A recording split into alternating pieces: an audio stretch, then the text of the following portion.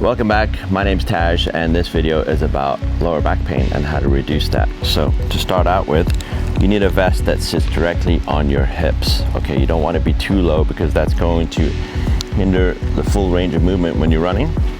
And you don't want it to be too high because that's going to really compress your spine and overwork your lower back muscles. This will allow you to let go of the rig with no extra stress on your lower back. Okay.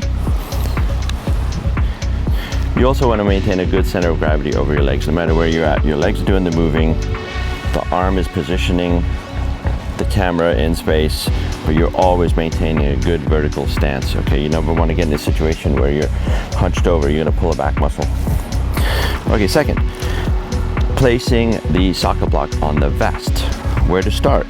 So, outside of any specific shots that needs extra height where you can move the socket block up, or even if you want to be a little lower you can move it down, I would position this in a spot where when you fully boom down, your arm's fully extended and you still have a little more range on the arm.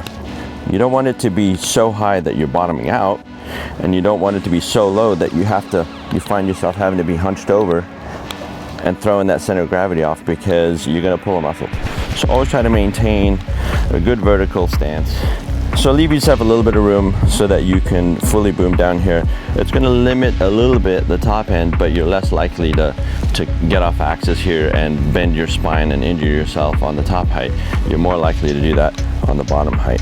So position the socket block in a very comfortable position where you can fully extend your arm in every direction without shifting and bending your spine. Okay, any kind of movement like this, you're going to throw your back out.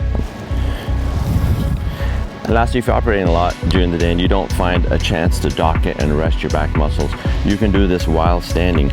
All you have to do is, with the weight on, just tuck your elbows into your ribs and lift up with the shoulders and hold that. You can stretch your back out and relieve the back muscles and give yourself a little bit of break. Sometimes 10-20 seconds will allow you to do another couple of takes without that much stress on your back.